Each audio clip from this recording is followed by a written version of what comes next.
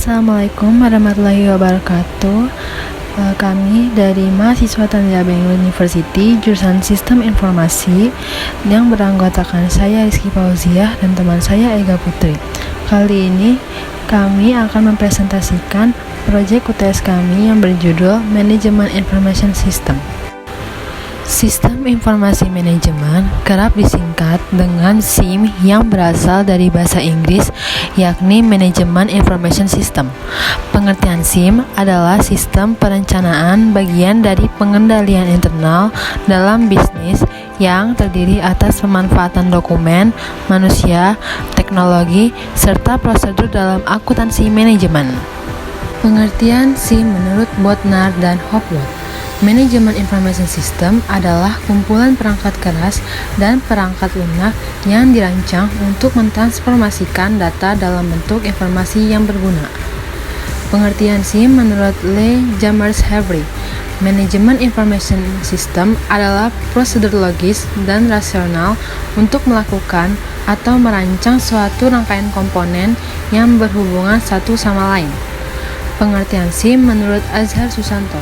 Sistem informasi manajemen merupakan kumpulan atau grup dari subsistem atau bagian atau komponen apapun baik fisik maupun non-fisik yang saling berhubungan satu sama lain dan berkenaan dengan pengadilan, pengevaluasian, dan perbaikan berkelanjutan. Pengertian SIM menurut Louis von Battenlanvy. Manajemen Information System merupakan seperangkat unsur yang saling terkait dalam suatu antarelasi di antara unsur tersebut dengan lingkungan. Fungsi Manajemen Information System atau fungsi Sistem Informasi Manajemen. Yang pertama, meningkatkan produktivitas serta penghematan dalam hal biaya di dalam organisasi.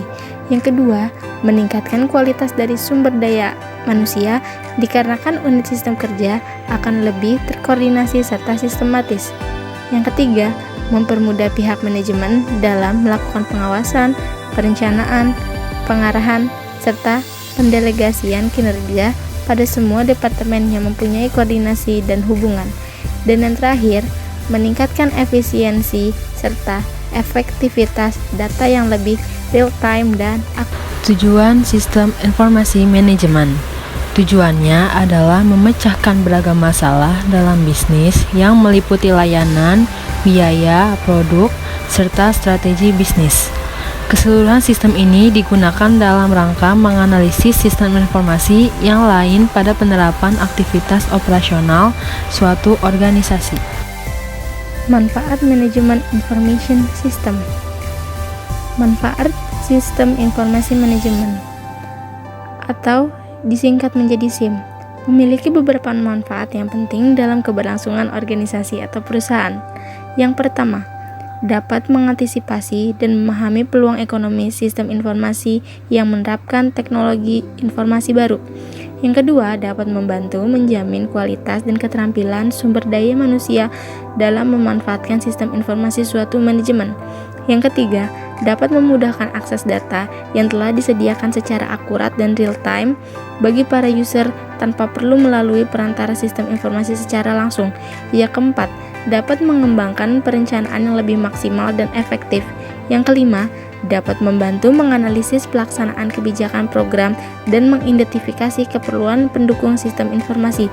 Dan yang terakhir, keenam, Anda dapat memperbaiki produktivitas dan pengembangan dalam manajemen sistem serta pengelolaan transaksi untuk meminimalisir biaya dan memaksimalkan pendapatan. Komponen Manajemen Information System. Sistem informasi manajemen adalah elemen dan komponen yang memiliki hubungan dengan pemrosesan data, teknik pengumpulan data, penyimpanan, dan juga pelaporan informasi, di mana sistem ini sangat dibutuhkan manajemen. Yang pertama ada sistem administrasi dan operasional, yaitu sistem ini meliputi beberapa dari manajemen yang melakukan kegiatan rutin dengan prosedur yang telah ditentukan. Prosedur ini ada pada bagian personalia, administrasi, dan lain sebagainya. Komponen ini perlu diawasi secara teliti, sebab apabila ada perubahan maka dapat segera diantisipasi. Lalu ada Yang kedua ada sistem pelaporan manajemen. Komponen selanjutnya adalah sistem pelaporan manajemen yang merupakan komponen informasi manajemen yang mencakup bagian yang mana memiliki tugas utama untuk menyusun laporan kinerja baik secara periodik maupun secara rutin. Yang ketiga ada sistem pencarian. Sistem pencarian adalah komponen yang memberikan ragam informasi yang dibutuhkan perusahaan. Bentuk sistem pencarian tidak terstruktur tetapi penting untuk mengambil keputusan.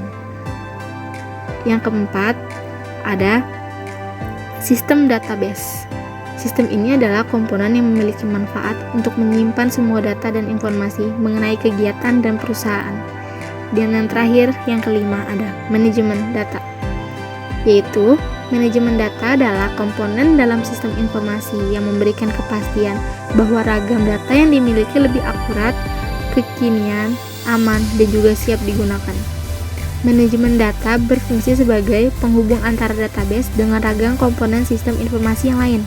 Sistem ini menggunakan software yang akan membantu mendapatkan, memelihara, mengontrol, dan mengelola, hingga akses data lebih mudah untuk digunakan.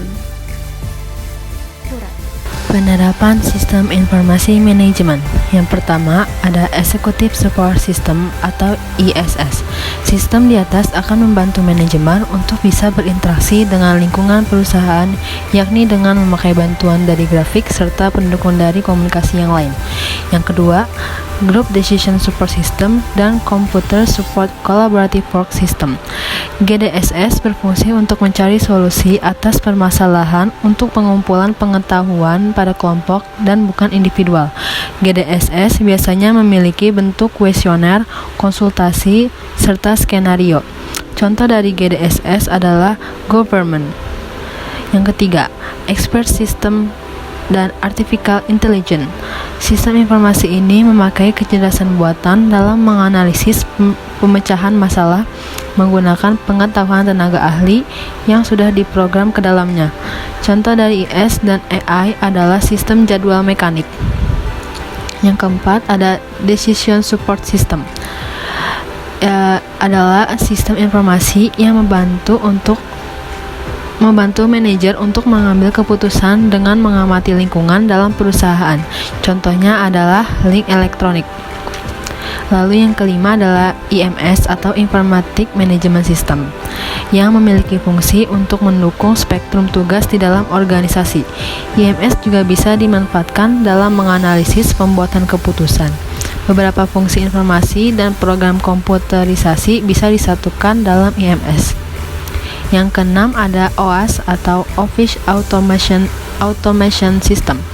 Contoh sistem informasi selanjutnya adalah OAS. Aplikasi ini memiliki fungsi untuk melancarkan komunikasi di antara departemen di dalam perusahaan. Caranya dengan mengintegrasi server komputer di setiap perusahaan. Contohnya adalah melalui email. Yang ketujuh ada SCM atau Supply Chain Management. Pada sistem SCM, manfaat yang diperoleh dari manajemen adalah mengintegrasikan data penting seperti supply dari pemasok, produsen hingga pengecer, bahkan sampai ke konsumen paling akhir. Biasanya, sistem ini menjadi satu dengan sistem pembukuan perusahaan pada software akuntansi. Yang kedelapan, ada Enterprise Resource Planning. Banyak perusahaan besar yang menggunakan sistem informasi manajemen ERP. Akan tetapi, sistem ini juga bisa digunakan dalam skala kecil. ERP biasanya dipakai pada pengelolaan manajemen serta melakukan pengawasan yang terintegrasi di antara unit-unit perusahaan. Kesimpulan, secara khusus, sistem informasi manajemen memiliki beberapa manfaat dan fungsi yang penting dalam suatu perusahaan, sehingga sistem ini mampu mempermudah pekerjaan dan pengambilan keputusan secara lebih efektif dan efisien. Untuk mendukung sistem informasi manajemen, harus ada banyak personil yang handal dan dibutuhkan partisipasi manajemen dalam keikutsertaan para manajer untuk merancang sistem. Saat seluruh sistem yang mengelola informasi telah berjalan dengan baik, maka perencanaan dan pengembangan bisnis akan menjadi lebih terukur. Seluruh divisi manajemen akan saling terhubung satu sama lain dan informasi yang dihasilkan menjadi lebih baik dan minim kesalahan. Sekian dari kelompok kami. Mohon maaf bila ada salah kata. Wabillahi taufiq wal hidayah. Wassalamualaikum warahmatullahi wabarakatuh.